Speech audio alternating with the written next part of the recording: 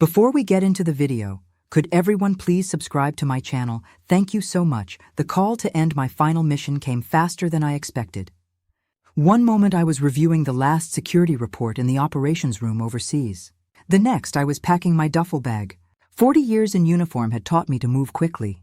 But this felt different. I wasn't just leaving a base. I was leaving the life I'd built to protect my country in my jacket pocket, the weight of my father's pocket watch pressed against me. He'd given it to me before my first deployment, telling me to always come home. I had time and again, but this return wasn't planned. I hadn't told anyone, not even my son. The overnight flight to Miami was a blur of engine hum and restless thoughts. I stared out the window at the thin line of dawn stretching across the Atlantic, wondering if Daniel would be at work or still asleep when I knocked on his door. I pictured his smile, the way his eyes crinkled when he laughed, and it was enough to carry me through the turbulence. By the time I landed, the Florida heat wrapped around me like a heavy blanket. The taxi driver loaded my duffel without a word. "Naples," I told him, giving Daniel's address. As we pulled onto the highway, the palm trees swaying in the humid air, I tried to ignore the tightness in my chest. We hadn't spoken much lately, my schedule, his life, but I'd always believed we could pick up where we left off. The cab turned into his street, and something in me shifted. The grass in front of his house was overgrown, the mailbox stuffed with envelopes. Curtains were drawn tight against the sun. It didn't look like a home. It looked like a place abandoned. I climbed out, the heat biting at my neck, and was about to knock when a familiar voice called from across the street. Mrs. Turner, Daniel's neighbor since he bought the place, stood with a watering can in hand, her face pale. "Maricela," she said, hurrying over. "You don't know?" My voice was steady, but my fingers tightened around the watch. "Daniel's been in the ICU for 2 weeks. They took him by ambulance in the middle of the night. And Brianna," she hesitated, glancing away. "She's been on a yacht in the Keys, been posting pictures all over Facebook." The air seemed to thicken around me as I stood there, the words settling like lead in my chest. I don't remember the drive to Naples, General. One moment I was standing in Daniel's yard. The next, I was pushing through the hospital's glass doors, my heartbeat pounding in my ears. The air inside was sharp with disinfectant, the kind that clings to your clothes long after you've left. At the reception desk, I gave my name and his. The nurse's eyes flickered with recognition, and she directed me to the ICU, 5th floor, room 512. I took the elevator up, gripping my father's pocket watch so hard the metal dug into my palm. The hallway was quiet, except for the steady, mechanical beeping of monitors. When I stepped into Daniel's room, the sound was louder, inescapable. My son lay on the bed, his skin pale, his frame shrunken beneath the hospital gown, tubes and wires traced over him like a cruel map. A man in a white coat turned from the monitor. "I'm Dr. Julian Cross," he said, his voice low but firm. "Your son has advanced gastric cancer, terminal. If we'd caught it earlier, there might have been more time. He's been here 2 weeks, no visitors." The words felt unreal, as if they belonged to someone else's life. I moved closer, my fingers brushing the back of his hand. His skin was cold, the veins fragile under my touch, his eyelids fluttered. Slowly they opened, and I saw the same hazel eyes I'd watched light up when he was a boy on the baseball field. "I love you, Mom," he whispered, his voice faint as breath. Before I could answer, the monitor's steady beeping turned into one long, piercing tone. Nurses rushed in, and Dr. Cross urged me into the hall. I stood frozen, hearing the flurry of commands, the shuffle of feet, the thud of hands against his chest. Minutes later, the door opened. The doctor stepped out, his expression heavy. "I'm sorry. We did everything we could." The watch in my hand felt heavier than it ever had, and all I could think was that I had come home too late. I drove back to Daniel's house with the hospital's smell still clinging to me. The keys felt foreign in my hand as I stepped onto the porch. When I pushed the door open, a stale wave of air hit me, the kind that settles in when no one has cared for a place in weeks. The living room was dim. Curtains pulled tight, empty glasses sat on the coffee table, a thin layer of dust coating their rims. In the kitchen, takeout containers and unwashed dishes were stacked haphazardly in the sink. The hum of the refrigerator was the only sign of life on the counter. A pile of unopened mail leaned against the wall. I tore through the envelopes, Utility shut-off warnings, overdue credit card statements, late mortgage notices. My chest tightened as I flipped through them. Daniel had never been careless with money. I moved into his small office, the chair slightly askew, as if someone had left in a hurry. Papers littered the desk, some crumpled, others folded neatly. Among them, I found a thick stack of receipts. The first was for a yacht rental in Key West, $150,000, dated the same week Daniel had been admitted to the ICU. Another from Cartier in Miami showed nearly $200,000 for jewelry. There were dinners at oceanfront resorts, luxury clothing boutiques, all charged to Daniel's credit card. The dates lined up too neatly with the days I knew he had been lying in that hospital bed. I sat down hard in the desk chair, the receipts trembling in my hands. Brianna's face filled my mind, the smile she'd worn in those social media posts Mrs. Turner had described. I had trusted her to stand beside my son, to care for him when I couldn't be there. Instead, she'd been draining his accounts while he fought for his life alone. I pressed the receipts into a neat stack, each one a quiet accusation, and knew this was only the beginning of what I was going to find. I set the receipts down on the coffee table, my fingers curling around my phone. Her number was still saved, though I hadn't used it in months. For a moment I stared at the screen, my thumb hovering, the weight of what I'd just discovered pushing me forward. The call connected almost instantly. Brianna's face appeared, framed by the blinding white of a yacht deck. Music thumped in the background, mingled with bursts of laughter. She was holding a stemmed glass, a bright orange drink sloshing against the rim. Behind her, people in swimwear danced and shouted over the wind. "Well, look who finally decided to call," she said, smiling like we were old friends catching up. "Daniel's gone," I said flatly, my voice steadier than I expected. Her smile faltered for a heartbeat. Then she shrugged, taking a slow sip. "It was inevitable. You know, he'd been sick for a while. Nothing anyone could do." I felt the air tighten in my lungs, but I didn't let it show. "And the charges on his card, the yacht rentals, the jewelry?" Her laugh was short, careless. "I'm his wife. What's his is mine. That's how marriage works." Maricela. The ease with which she said it was almost more shocking than the words themselves. She didn't even try to pretend remorse. I studied her face for a long second, memorizing every detail. The designer sunglasses, the shimmer of gold hoops in her ears, the wind tangling her perfectly styled hair. "Enjoy the view," I said quietly. She tilted her head as if she'd heard a compliment. "Oh, I will," I said, leaning forward so my face filled the screen. "Was your last party on my dime?" I ended the call before she could respond, the image of her frozen mid-smirk lingering on the black screen. Setting the phone down, I reached for my father's pocket watch, the cool metal steadying me. It was time to make sure she never touched another cent of what Daniel left behind. By the next morning, I was on the road to Tampa with a folder full of receipts in the passenger seat and Daniel's notarized power of attorney tucked safely inside my bag. The miles blurred past, the steady hum of the highway matching the rhythm of my resolve. I had one person in mind who could make this happen without delay. Javier Ortiz had been my commanding officer once and later a trusted friend. After his retirement, he moved into military financial administration, the kind of position where phone calls got answered and paperwork moved fast. When I walked into his office, the smell of old wood and fresh coffee greeted me before his warm smile did. "Maricela," he said, standing to shake my hand, "I haven't seen you in years, but I can tell this isn't just a social visit." I set the folder on his desk and opened it to the first yacht receipt. These were charged to Daniel's accounts while he was in the ICU. And here's the power of attorney he signed before my last deployment. I need everything frozen, every account, every card today. Javier flipped through the papers, his brow tightening with each page. "You don't have to explain. Let's get to work." For the next 40 minutes, the room was filled with the tapping of keys and the shuffle of documents. He made call after call, confirming cancellations and holds. I watched each step like I was tracking an operation in the field. Finally, Javier slid a printout across the desk. All accounts frozen, linked cards canceled, remaining balances transferred to the holding account in your name. I exhaled slowly, the first real breath I'd taken since Daniel's hospital room. Thank you, Javier. Don't thank me yet, he said with a small, knowing look.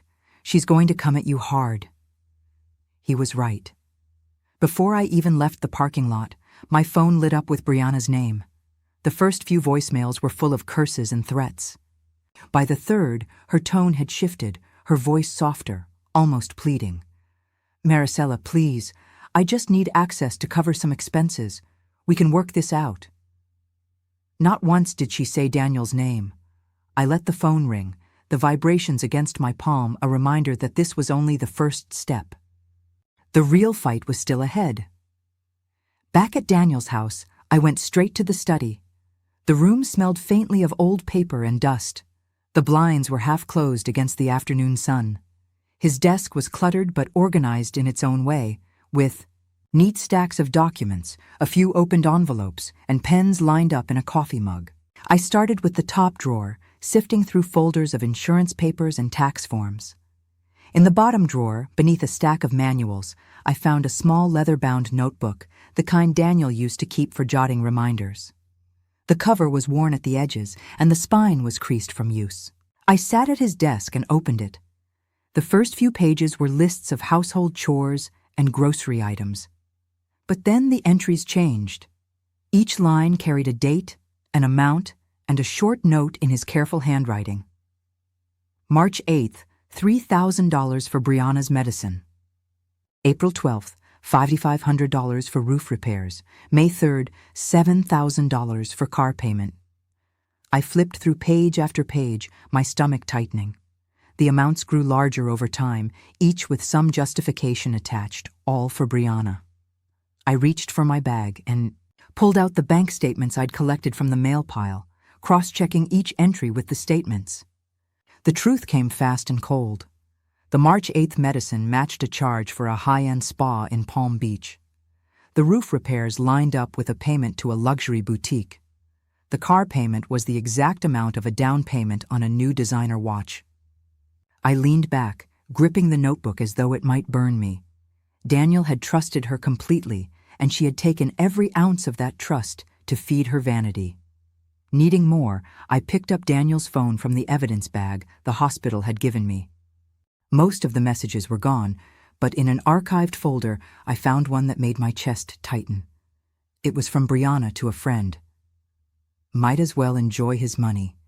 He won't last long. I closed the phone slowly, my hand trembling not from shock, but from a steady, simmering resolve. This wasn't just theft. This was cruelty documented in her own words, and I would make sure the world saw it. The courthouse was cold, despite the Florida heat outside, its high ceilings amplifying every shuffle of paper and murmur of voices. Armando Ruiz sat beside me at the petitioner's table, his files neatly stacked, his expression steady. Across the aisle, Brianna adjusted her designer blazer, whispering to her attorney, a man in a slick gray suit. When the judge called the session to order, Armando rose. He began with the timeline, Daniel's illness, his admission to the ICU, the absence of visitors. Then came the evidence, the receipts, the bank statements, the messages on the large screen behind him. Brianna's own words appeared in black and white. Might as well enjoy his money. He won't last long. A ripple went through the courtroom. Armando didn't pause. He played Dr. Julian Cross's recorded testimony, his voice calm but firm as he stated that with timely care, Daniel might have lived another 1 to 2 years. Brianna's lawyer stood, his tone smooth but brittle. He spoke of spousal rights and marital property, claiming my actions were nothing more than an attempt to punish a grieving widow. The words slid over me like oil on water. The judge leaned forward, his gaze fixed on the evidence spread across the bench. Given the clear documentation of financial misuse, the abandonment of the decedent during critical illness, and the credible medical testimony presented, the court orders all assets of Daniel Dane frozen. Temporary control of the estate will be granted to Maricela Dane. Brianna Cole is prohibited from accessing any property or funds until further order. The sound of the gavel was sharp and final. Brianna shot to her feet, her face flushed. "You'll regret this, Maricela. You can't do this to me." Two bailiffs moved in, guiding her toward the exit as she hurled her final glare at me. I sat still, my hands folded, the verdict settling over me like a weight I'd been carrying, finally set down. But knowing this was not the end of what I had to do. The house felt hollow in the days after the court ruling, its quiet pressing in on me. I spent my mornings at the kitchen table, sorting through the estate paperwork, deciding what would become of what Daniel left behind. The money wasn't just numbers in an account. It was years of his work, his life reduced to balances and statements. One evening, as the sun cast long streaks of gold across the countertop, I knew I couldn't let it sit untouched. I called a contact at the local hospital and began the process of setting up a nonprofit in Daniel's name. The Daniel Fund would provide financial support for cancer patients who had been abandoned by family or left without resources. The paperwork moved faster than I expected. Within weeks, the first transfers were in place. On my first visit to the hospital as the fund's founder, I met Gabriel. He was 8 years old, his frame small under the thin hospital blanket, his head covered by a faded baseball cap. The nurse told me he had leukemia and no relatives able to care for him. I pulled a chair to his bedside, introducing myself quietly. His eyes met mine, clear but tired in a way no child should be. "I just want someone to stay," he said, his voice so soft I almost missed it. The words landed deep, stirring something I hadn't let myself feel since Daniel's last breath. I reached for his hand, holding it gently. "I'm here now," I told him. That afternoon, I spoke with his doctor about arranging support for his treatments, covering the costs through the fund. I left the hospital with a folder of medical notes and Gabriel's small voice echoing in my mind. Knowing this was more than charity, it was the first step towards something I wasn't ready to name yet. When Gabriel moved into the house, the stillness that had lingered since Daniel's passing shifted. His laughter seemed to find its way into every corner, lightening the air in a way I hadn't thought possible. The first weekend, we repainted the spare room together. He picked a bright blue, saying it reminded him of the sky on a clear day. I let him roll the paintbrush clumsily along the walls, leaving streaks and uneven patches I didn't bother to fix. It was his room now, and I wanted him to see his mark on it. In the backyard, we turned over a patch of earth and planted tomatoes, basil, and marigolds. He crouched in the dirt, hands stained, grinning as though he'd found treasure in each seed. Watching him, I remembered Daniel at the same age, digging holes for the saplings we'd planted together. Evenings became our time. Gabriel would sit at the counter while I cooked, sometimes chopping vegetables with careful concentration, sometimes telling stories about school or the other kids at the hospital. We tried new recipes, his favorites quickly becoming mine. One night, as we stirred sauce for pasta, I caught him humming softly, a tune Daniel used to whistle when he was happy. It was a comfort and an ache all at once, the way Gabriel's presence filled the spaces Daniel had once occupied. Without erasing them, I could feel the past and present intertwining, not in competition, but in quiet companionship. I tucked him in each night, the blue walls glowing softly in the lamplight, and thought about how love could take on new shapes without losing the old ones. And with each day, it became clearer what I had to do next.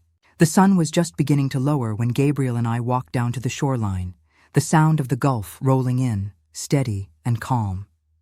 The air was warm, carrying the faint scent of salt and seagrass. In my hands, I carried a small wooden frame with Daniel's photo inside, one from years ago. When his smile could outshine any day, Gabriel held a smooth stone he'd found in the garden, saying it would keep the picture from blowing away. We found a spot where the tide reached far enough to kiss the sand, but not take what was placed there. I set the frame down gently, pressing the base into the soft earth. Gabriel laid the stone beside it, his small fingers brushing the edge of the photo. We stood there for a long while, letting the waves speak for us. I thought about how different this moment was from the one I'd imagined when I first boarded that flight home. How loss had led me to something I didn't know I needed. When the horizon began to glow with streaks of pink and gold, Gabriel slipped his hand into mine. I felt the steady warmth of his grip, the quiet promise that we were building something neither of us would have to leave behind. Turning toward home, I knew the house we would return to was more than walls and windows now. It was a place held together by love, and for the first time in a long time that was.